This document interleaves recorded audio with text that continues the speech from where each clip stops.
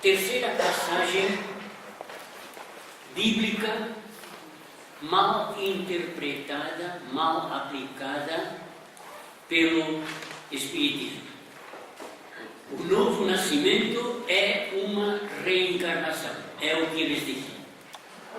Vamos ler Evangelho de João, capítulo 3, versículos 3 a 6.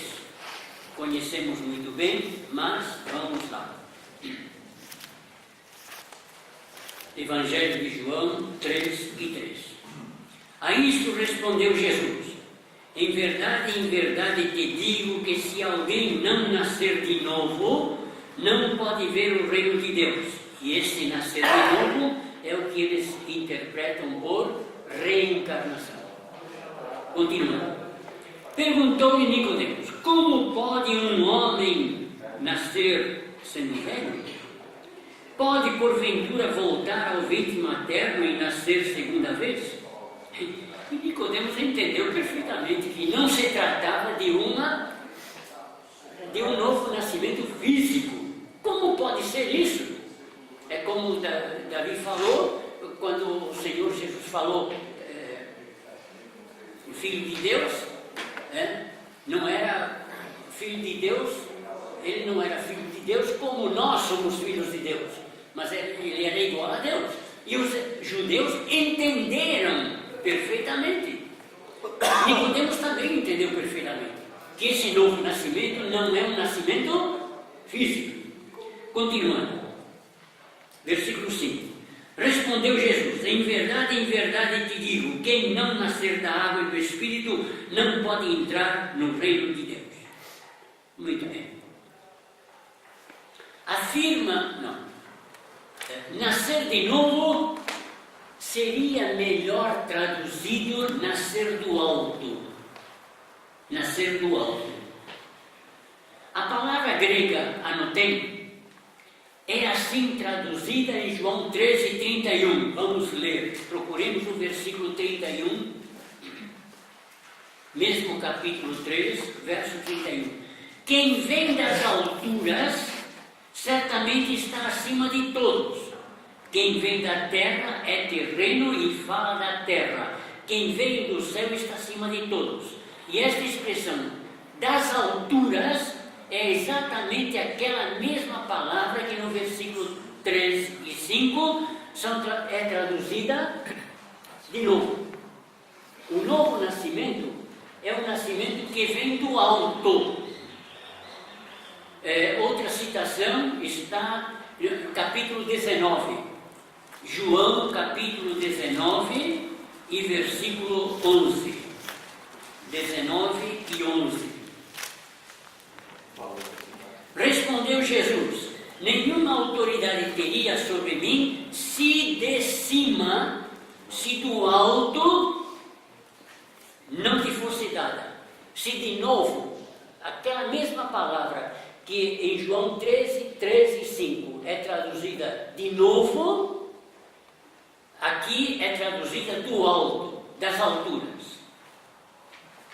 Se tivessem traduzido assim, o Espiritismo não teria cabimento dizer que esse novo nascimento do alto é uma reencarnação.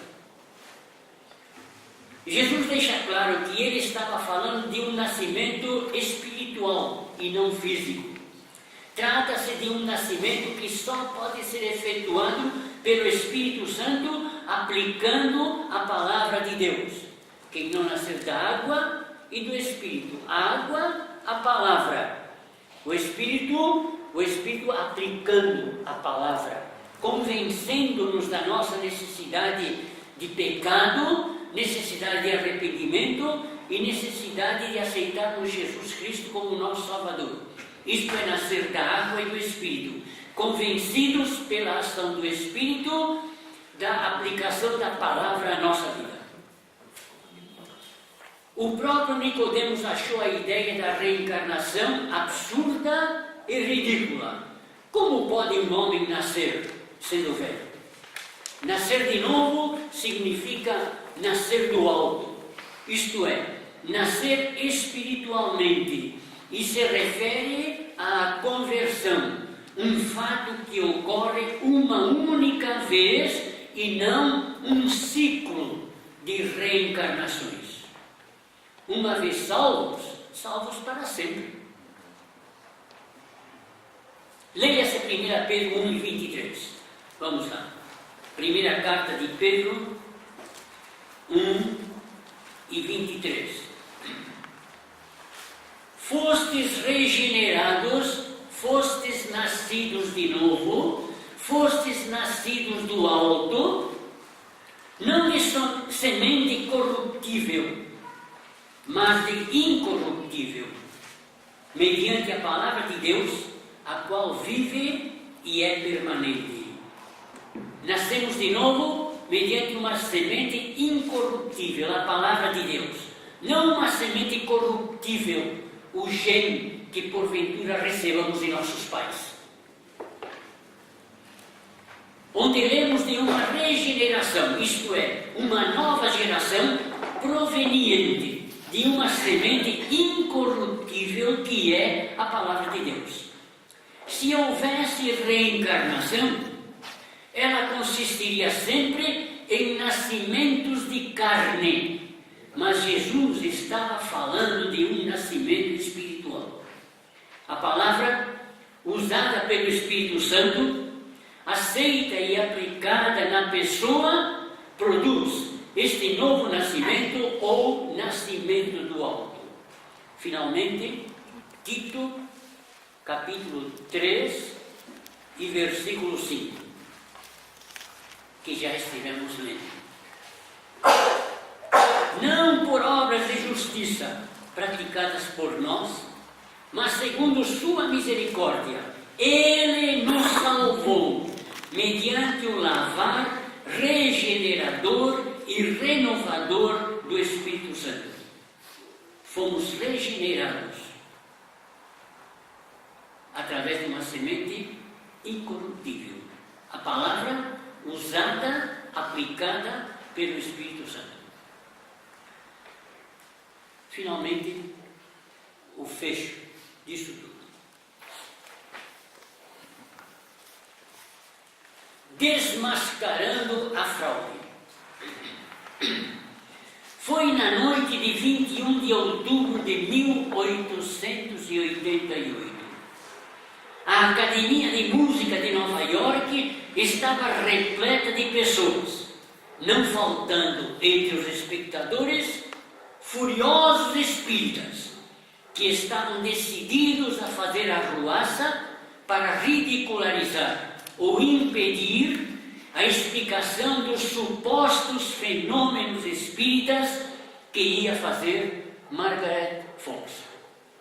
Ela, cheia de emoção, dirigiu-se ao auditório desde o palco e disse, textualmente, por isso está tudo entre aspas, bem sabem todos os presentes que eu tenho sido uma das primeiras causas da perpetração da fraude espírita que tem sido infligida ao confiado público. Esse tem sido o maior pesar da minha vida. E embora tarde, agora estou preparada para dizer a verdade, toda a verdade e somente a verdade com a ajuda de Deus. Sem dúvida, muitos me desprezarão pelo engano a que eu submeti, mas se conhecessem a infelicidade do meu passado, a agonia em que tenho vivido e a vergonha que tudo isto me tem causado, creio que em lugar de censurar-me, teriam piedade de mim. A atitude que por tanto tempo tenho mantido me foi imposta na meninice, quando por causa do meu caráter ainda em formação e minha mente ainda não desenvolvida, era-me difícil distinguir entre o bem e o mal. Arrependi-me quando cheguei à idade adulta, mas guardei silêncio, pois fui intimada e escarnecida. E no meio de uma vida de adversidade amarga, escondi o melhor que pude a vergonha de minhas ações. Mas agora, graças a Deus, que despertou minha consciência, estou capacitada para revelar a mentira, a vergonhosa fraude que tem atingido tantos corações e esgotado tantas vidas cheias de esperança. Estou aqui nesta noite como uma das fundadoras do Espiritismo para denunciá-lo como uma absoluta fraude do princípio ao fim, como a maior das superstições e a mais malvada blasfêmia que o mundo já conheceu. Suplico-lhes que prestem atenção e me perdoem, se podem fazer-me digna disto com o passo que vou dar. Suplico-lhes também que me estendam a mão e me ajudem a seguir pelo bom caminho no qual tenho começado a andar. E aqui terminam as palavras dela. Agora, a experiência espírita está citada no livro Desbloqueio do Espiritismo. Golpe de morte no Espiritismo. Eu estou à procura deste livro, não consegui em nenhum sebo. De R.W. Davenport, no qual se publica o relato autêntico e fotocópias assinadas pelas irmãs Fox, com data de 15 de outubro de 1888. Os famosos ruídos eram produzidos pelas meninas. Estas, querendo assustar sua sobrinha chamada Isabel, começaram a fazer correr perto da cama da sobrinha maçãs embrulhadas em papel que moviam através de fios. Logo descobriram como descobrir um barulho com o dedão do pé, que parecia um golpe seco, apoiando o dedão na madeira da cama da sobrinha. A mãe, enganada pela aparente imobilidade das filhas, atribuiu os golpes a um espírito, causando regozijo nelas. Elas viram que estavam enganando a própria mãe. Uma aparente imobilidade. Elas mexiam tudo através de fiozinhos. Conhecendo a história de um mascate que tinha sido assassinado naquela mesma casa, fez uma porção de perguntas às meninas, que foram por elas respondidas. Então, o que estava acontecendo naquela hora, misturado ao fato de que um mascate tinha sido assassinado naquela mesma casa onde elas estavam morando, tudo isso evoluiu para a história de que aqueles barulhos que estavam ouvindo, aqueles barulhos e aquelas maçãs, aquelas bolinhas indo e voltando, eram obra de um demônio, de um espírito, Continuando. O descobrimento do cadáver do mascate deu tal credibilidade à superstição que até as meninas ficaram assustadas sem ousar dizer a verdade. Um dia contaram à sobrinha a verdade. A sobrinha contou à mãe e esta quis aproveitar a superstição em benefício próprio, ameaçando as filhas se contassem a verdade, agradando-as e concedendo-lhes alguns benefícios. A mãe verificou que ela podia ter grandes proveitos. Então começaram a realizar sessões espíritas que se constituíam numa boa fonte de renda. O engano continuou e as pobres meninas continuaram pelo caminho traçado pela mãe. Foi assim que começou e se desenvolveu o Espiritismo. Durante os anos seguintes, as irmãs Fox se tornaram em verdadeiras médiums instrumentos de Satanás. Aí Satanás usou aquelas que tinham começado com mentiras, continuou usando-as através dos demônios, aprendendo a produzir e desenvolver os fenômenos metapsíquicos.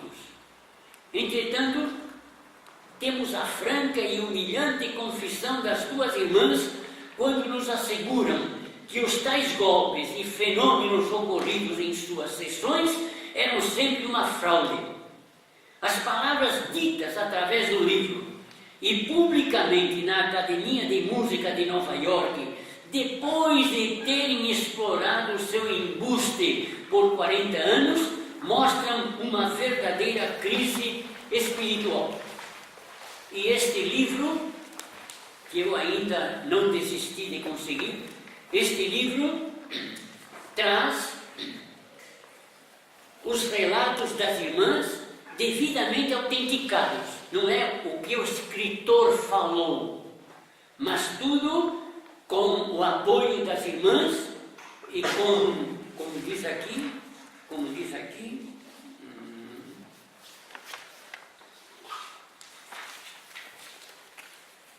o relato autêntico e fotocópias assinadas pelas irmãs, com data de 15 de outubro. E elas, Margaret Fox, falou pessoalmente na Academia de Música de Nova York uma semana depois, 21 de outubro de 1888. Conclusão. Cremos que o aviso de 1 Timóteo 4, 1 e 2 se aplica mais do que nunca aos nossos dias. Vamos lá? Vamos ler? 1 Timóteo 4, 1 e 2. Se aplica mais do que nunca aos nossos dias. O que diz lá? O Espírito afirma expressamente que nos últimos tempos, e cremos que estamos nos últimos tempos, alguns apostatarão da fé, por obedecerem a espíritos enganadores e a ensinos de demônios. Ensinos de demônios. Pela hipocrisia dos que falam mentiras e que têm cauterizado a própria consciência endurecida, cauterizada. Ensinos de demônios, espíritos enganadores, hipocrisias, mentiras. Leia-se esta passagem, que cita textualmente espíritos enganadores e ensinos de demônios. São estes os que se manifestam nas sessões espíritas e que são manifestações diabólicas para enganar o ser humano com uma religião cômoda, para que não busque a salvação de sua alma na pessoa do Senhor Jesus Cristo. Já tem uma religião. Já tem uma religião. Para que eu vou procurar o Evangelho? Por quê? Já tem uma religião que me satisfaz.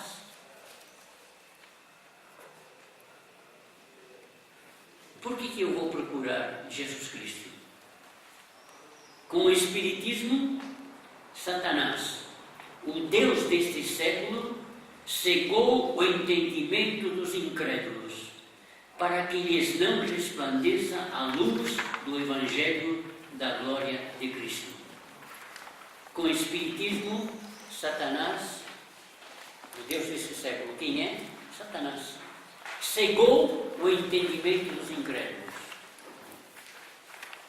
para que não vejam, nem desejem a luz do Evangelho de nosso Senhor Jesus Cristo. Qual é a referência bíblica, por favor?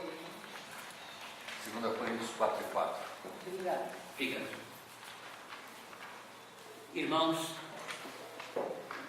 se esse estudo ajudou os irmãos, fico contente. Ajudou muito a mim. Ajudou muito. E espero que estejamos todos nós não só de prontidão, mas prontos a ajudar outros que ainda estejam na dúvida. Pois não, irmão?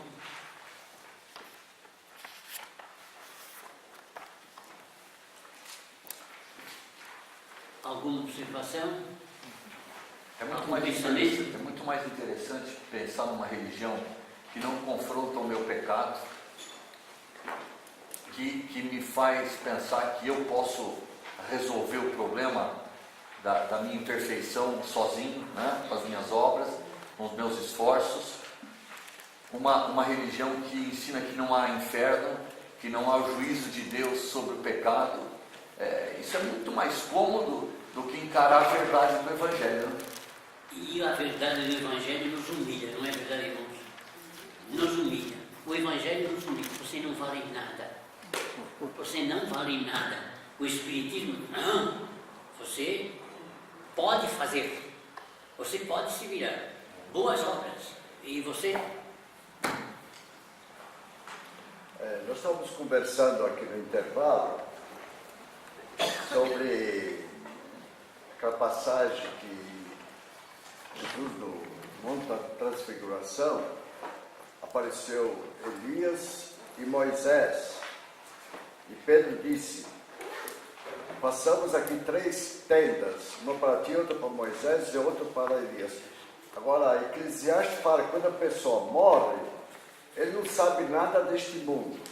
Agora, como é, e também diz em Deuteronômio, que Moisés morreu.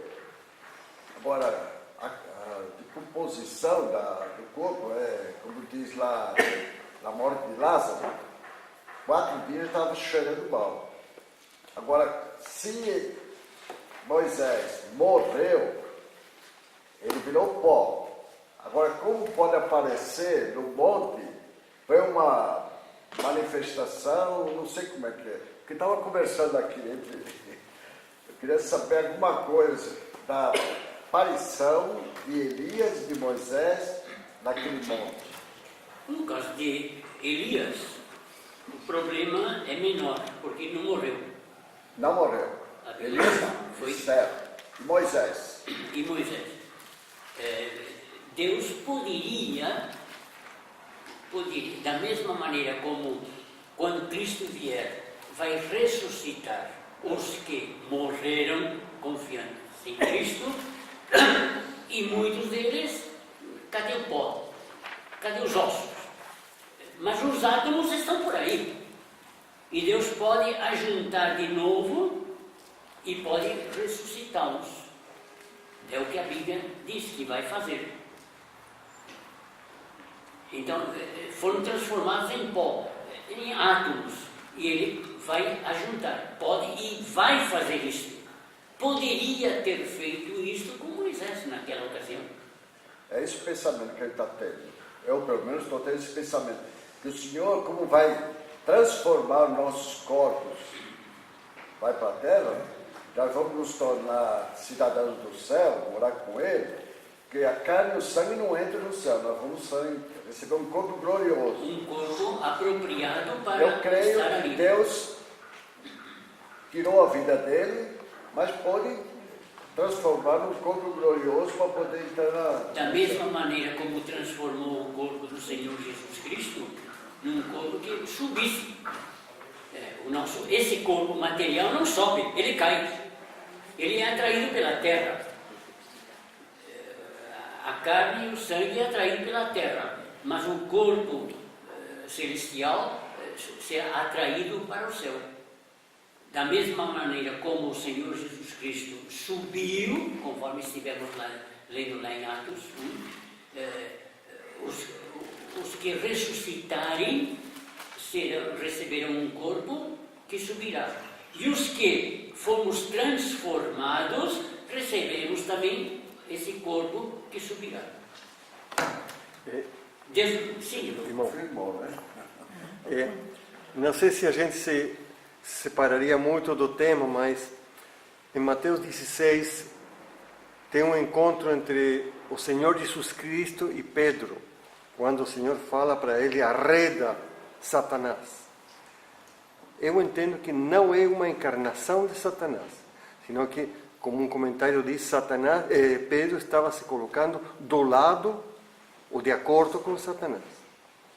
Não poderia ser nunca uma encarnação, não é? Muito bem. Estava sendo usado, estava concordando com a atitude de Satanás.